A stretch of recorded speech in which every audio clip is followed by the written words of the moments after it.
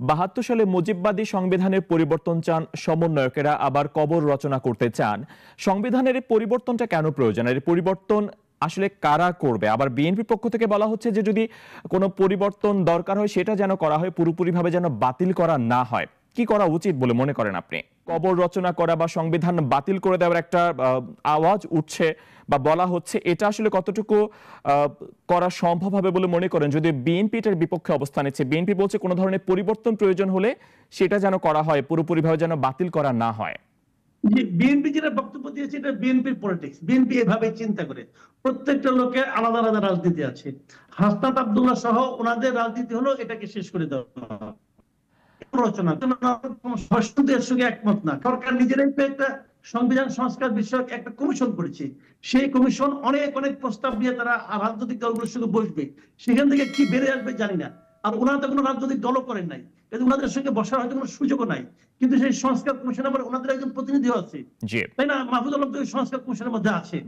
এখন আলটিমেটলি কি হবে এটা কিন্তু বলা কঠিন, কিন্তু আমি ব্যক্তিগতভাবে যদি মনে করি ওনাদের কথার মধ্যে ভুল আছে। ভুলটা কিভাবে আমি বলি, যে ওই যে মুজিববাদী সংবিধান, ভাই মুজিববাদী সংবিধান জিনিসটা কি? What is মুজিববাদ?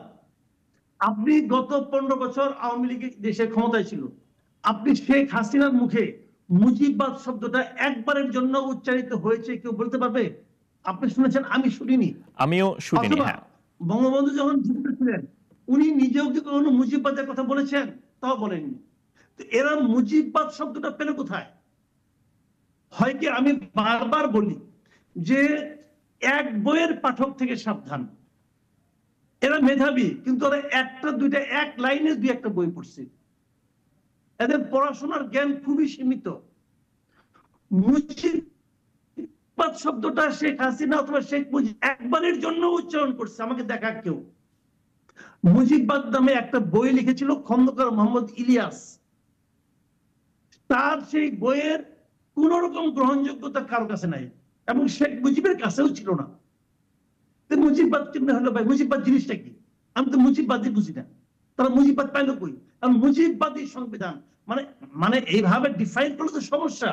এই ধরনের ডিফাইন করার মধ্যে এক ধরনের রাজনীতি আছে, কিন্তু এর মধ্যে কোনো বুদ্ধিমত্তা অথবা কোনো মানে আপনার জ্ঞানের মানে প্রকাশ আমি দেখি না। কতগুলি ছেলে ছোকরারা করতেছে এই কাজগুলো।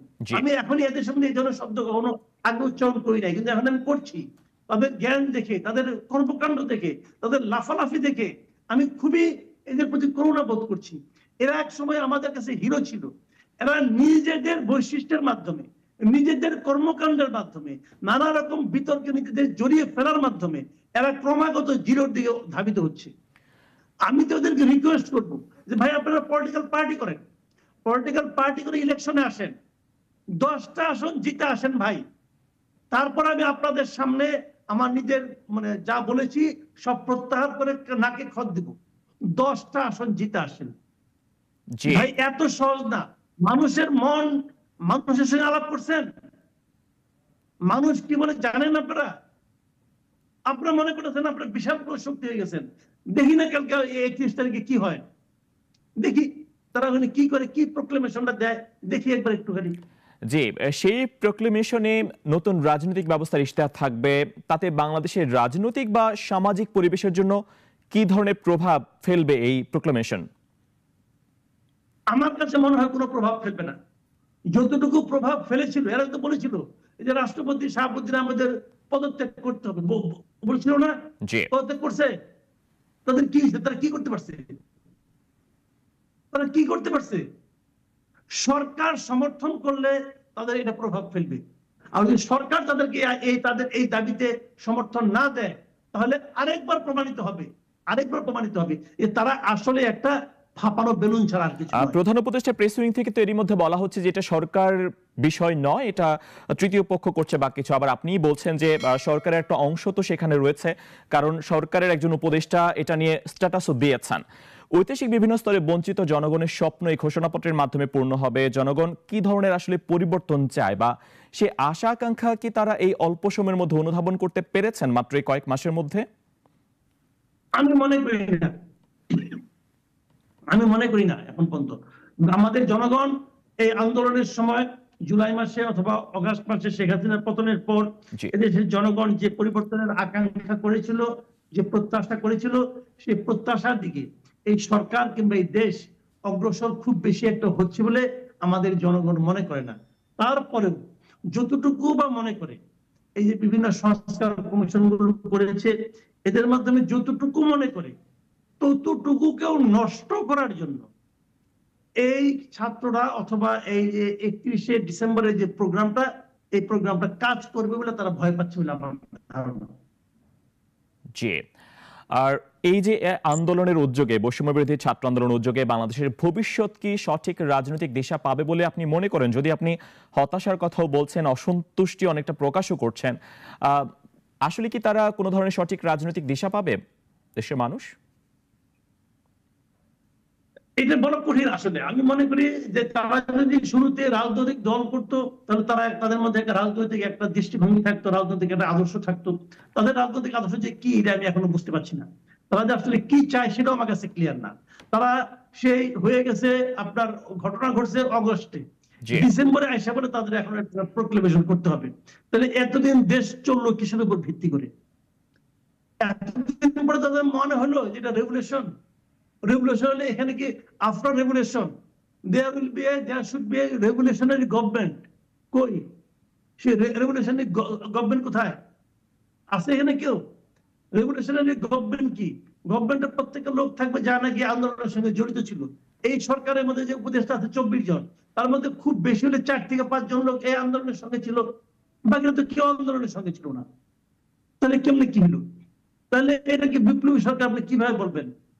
কাজেই ভাই এগুলি বলার জন্য বলা এবং হয়তো একটা আওয়াজ তুলে মানুষের মধ্যে একটা আতঙ্ক তৈরি করা ছাড়া আর কিছু না। মানে মানুষের এগুলি রেখে মানুষের জীবনযাপন নিয়ে চিন্তা করেন, মানুষের অর্থনৈতিক অবস্থা নিয়ে ভাবেন। দেশের অবস্থা কিন্তু ভাই ভালো না, মানুষ কিন্তু আরামে নাই, মানুষ খুব কষ্টে আছে। জি সেগুলি নিয়ে ভাবতে অনুরোধ করবো। জি মাসুদ কামাল ভাই, আপনি আতঙ্ক শব্দটা ব্যবহার করছেন। এখন ভিলেনটা কে? ওনারা আন্দোলন করছেন কার বিরুদ্ধে? না, এখন যেটা বলা হচ্ছে মাসুদ কামাল সাহেব, এখন যেটা বলা হচ্ছে যে প্রশাসনের সর্বস্তরে ফ্যাসিবাদের দোষরা রয়েছে। সবশেষ সচিবালয়ে যে অগ্নিকাণ্ডের ঘটনা ঘটলো সে প্রসঙ্গে আমরা আসবো, সেটাও আওয়ামী লীগের দিকেই আসলে আঙুলটা তোলা হচ্ছে। এই সব কিছু যেন বন্ধ করা হয়, এগুলো যেন না হয়, নতুন একটা বিপ্লবী জোশ নিয়ে বা নতুন কোনো কিছুর ঘোষণা তৈরি হবে, মুজিববাদী সংবিধানের কবর রচনা করা হবে, আওয়ামী লীগ একেবারে অপ্রাসঙ্গিক করা হবে, নতুন ভাবে শুরু হবে নতুন বছর। এটাতে কেন জনগণ তাহলে আতঙ্ক বোধ করবে, বা আপনিও কেন আতঙ্ক বোধ করছেন? এই কারণে তারা যেটা করতে চাচ্ছে তাদের ওই কাজটা করতে বাধা দিচ্ছে কে? আপনি আমি তো বললাম ভিলেনটাকে আওয়ামী লীগ। আওয়ামী লীগ তো মৃত দল, এখন প্রায় মৃত দল। আওয়ামী লীগ কি ফিল্ডে আছে? আওয়ামী লীগ কি মিটিং মিছিল করে? শেখ হাসিনা দেশে আছে? আওয়ামী লীগের কোন সেন্ট্রাল লিডার দেশে আছে? সরকার তো তাদের কথা শুনে, তারা যা বলে সরকার সেটাই শুনে। তো শোনার পর তাহলে তারা কার বিরুদ্ধে আন্দোলন করতেছে এখন, এটা আপনি আমার বুঝান। হ্যাঁ, আপনি বলছেন যে সচিবালয়ে আগুনের পিছনে আওয়ামী লীগ আছে, আমি এটা বিশ্বাস করি না। আমি কেন বিশ্বাস করি না সেটা আমি বলি। যে আওয়ামী লীগের একটা লোক খুঁজে পাচ্ছেন না, তারা আগুন ধরানোর জন্য কোথেকে আসলো? ওই দিন সচিবালয় বন্ধ ছিল, ওরা কি প্যারাসুট দিয়ে নামছিল ওখানে? আসলো কোথেকে? আপনারা সচিবালয়কে সুরক্ষা দিতে পারেন নাই। আপনারা আপনাদের ব্যর্থতাকে ঢাকার জন্য আরেকটা গোষ্ঠীর উপর, মন গড়া একটা গোষ্ঠীর উপর আপনি কল্পিত একটা শত্রু দাঁড় করাচ্ছেন, যে কাজটা আওয়ামী লীগ আমলে আওয়ামী লীগ করতো। কোথাও আগুন ধরলে আওয়ামী লীগ বলতো অগ্নি সন্ত্রাস, জামাত করেছে, বিএনপি করেছে। আর এরা এখন সেটা শুরু করছে যে কোথাও কিছু হলে পরে এটা আওয়ামী লীগের দোষরা করছে, আওয়ামী লীগ করছে। তো আপনারা থামাতে পারলেন না কেন? রাষ্ট্র ক্ষমতা সব আপনার কাছে, পুলিশ আপনার কাছে, বিডিআর, আর্মি, গোয়েন্দা সংস্থা, প্রশাসন সব আপনার কাছে। তাহলে আপনার চেয়ে ওরা বেশি পাওয়ারফুল হয়ে গেল? যদি ওরাই বেশি পাওয়ারফুল হয়ে যায় তাহলে তো বুঝতে হবে ওরাই ঠিক ছিল, আপনারা পারেন না, আপনার দুর্বল সরকার। তো সেইগুলি করতে পারেন না, ওই যান, ওইটা পারেন নাই। ওইটা না পারে এখন আরেকদিকে নাটক করতেছেন। মানুষ এইটা করে লাভ কি হবে মানুষের? বুঝান আপনি আমারে। এই প্রক্লেমেশন আপনার রেগুলেশন করলেন, মানুষের লাভটা কি হবে? মানুষ কার বিরুদ্ধে জিতবে? এখন এইগুলি ভাই বেল পাবে না। আমি বললাম যে এগুলি বেল হবে না এখন। এগুলি কোনো মূল্য আছে বলে আমি মনে করি না। কারণ হিসেবে তথ্য মন্ত্রণালয় এর মধ্যে জানিয়েছে 3000-এর বেশি অ্যাক্রিডিটেশন কার্ড ভুয়া। এতে আসলে সাংবাদিকদের জন্য চ্যালেঞ্জ কি তৈরি হয়েছে সচিবালয়ের খবর বা ভেতরে কি ঘটছে সবকিছু জানার ক্ষেত্রে, বা আগুনের ঘটনায় সাংবাদিকরা তো জানতে পারছে কি তাহলে সঠিক তথ্য? যদি 3000-এর বেশি একই রেশন কার্ড ভুয়া হয়, তার মানে ওনারা খুঁজে বের করছেন, ওগুলি বাদ দিয়ে দিলেই হয়, ওইগুলি বাদ দিয়ে দিলেই হয়। সবারটা বন্ধ করতে হবে কেন? সকলেরটা বন্ধ করতে হবে কেন? আপনি 3000-এর বেশি ভুয়া যদি আপনি হিসাব করে বলছেন, তুমি বাদ দেন, কিন্তু আপনাদের তো সেই ক্ষমতা নাই, ওগুলি আইডেন্টিফাই করার দক্ষতা আপনাদের নাই। তো সেই নাইটা কেন, সেই কমতিটা কোথায় মাসুদ কামাল ভাই? ছিল নাই কেন তাদের সেই ক্ষমতা? আপনি যেমন একটু আগে বলছিলেন সব প্রশাসনের সবকিছু তাদের নিয়ন্ত্রণে।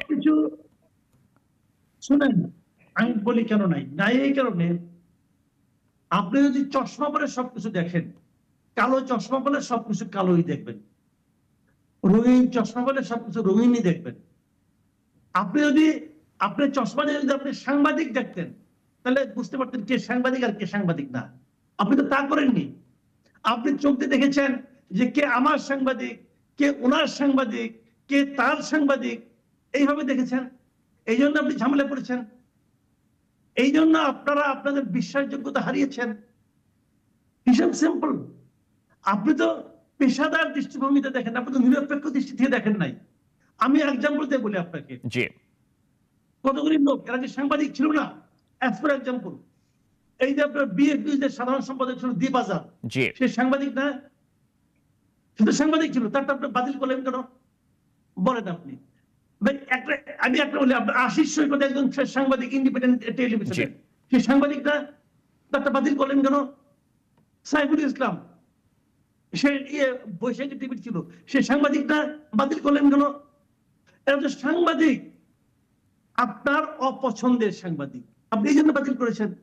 তো এখন সাংবাদিক বাঁচতে যে যদি আপনি আপনার পছন্দ অপছন্দ খুঁজতে শুরু করেন, তাহলে তো ভাই আপনি আর নিরপেক্ষ থাকতে পারলেন না। আপনি তো একটা পক্ষ নিয়ে নিছেন। আপনি জামাতের সাংবাদিককে সাংবাদিক মনে করেন, আপনি বিএনপি সাংবাদিককে সাংবাদিক মনে করেন, আর সাংবাদিক মনে করেন না। ভাই সমস্যা তো এইটা আমাদের এই সাংবাদিকরাই করছে। আমাদের সাংবাদিকদের মধ্যে কেউ বিএনপি কেউ জামাত ভাগ করা আছে। জামাত বিএনপির এখন পাওয়ারফুল। আমি বিএনপি সাংবাদিক, বিএনপির বিএফএস লিডার, সে এই সরকার পরিবর্তনের পরে যে আপনার কি বলে বসুন্ধরা কোম্পানির হয়ে গেছে, বিরাট একজন লিডার হয়ে গেছে, বসুন্ধরাকে রক্ষা করতে গেছে। তখন তো আপনার সমস্যা হয় নাই। বসুন্ধরা মালিক তো বলছিল শেখ হাসিনাকে যে মরণেও আপনার সঙ্গে আছি, জীবনেও আপনার সঙ্গে আছি, যে তার প্রতিষ্ঠানকে রক্ষা করার জন্য কাদের কুনি চৌধুরী গেল কই, তখন তো আপনার কোনো সমস্যা হলো না। তার তো একই রেশন কার্ড আপনি বাতিল করেন নাই, কেন করলেন না? সে কি তাহলে স্বৈরাচারের দোষর না? কিন্তু স্বৈরাচারের দোষরকে রক্ষা করার জন্য। জি মাসুদ কামাল, আমরা শেষের দিকে আছি। জি, আমরা শেষের দিকে আছি। আপনার কাছে ছোট্ট একটি প্রশ্ন। বলেন না নাটক কম করো প্রিয়, আমি ওই বললাম এরা নাটক করতে। জি, আর একটা প্রশ্ন দিয়ে শেষ করব। অস্থায়ী পাস প্রদানের প্রক্রিয়ায় কি ধরনের মানদণ্ড বা শর্ত থাকা উচিত বলে আপনার মনে হয়? আমার কি মনে হয় এতে কিছু যায় আসে না, ওনাদের কি মনে হয় এতে যায় আসে। ওই বিএনপি এবং জামাতের সাংবাদিকরা বিষয়টা কমিটি করবে, তারা বলবে যে এই লোক বিএনপি করে, অথবা আগে বিএনপি করতো, অথবা জামাত করতো, অতএব তাকে পাস দেওয়া হোক, অথবা অন্য কাউকে দিবে না। হিসাব ক্লিয়ার ভাই। অথবা কেউ কেউ বলবে আমি লুকিয়ে লুকিয়ে আওয়ামী ফোরামে ছিলাম, আসলে আমি জামাত, কিন্তু বলবে যেমন প্রেস ক্লাবে বেরিয়ে আছে, এখনই আছে অনেক লোক আছে যারা আওয়ামী ফোরাম থেকে ইলেক্টেড হয়েছে, কিন্তু তারা নাকি একসময় লুকিয়ে লুকিয়ে নাকি তারা একসময় শিবির করতো, ওই জন্য সে আছে। আর যারা নাই তারা নাই। তো এই সমস্ত নাটক এখন হতে থাকবে ভাই, কোনো কিছুই চেঞ্জ হয় নাই, খালি নামটা চেঞ্জ হয়েছে। অনেক ধন্যবাদ আপনাকে জনাব। সব আগের মতোই আছে। জি, আগে ওই দল ছিল, এখন এই দল আসছে। জি, অনেক অনেক ধন্যবাদ আপনাকে আমাদের সঙ্গে যুক্ত হওয়ার জন্য জনাব মাসুদ কামাল। ভিডিওটি পুরো দেখার জন্য আপনাকে ধন্যবাদ। চ্যানেলটি সাবস্ক্রাইব ও লাইক কমেন্টস করে পাশে থাকুন।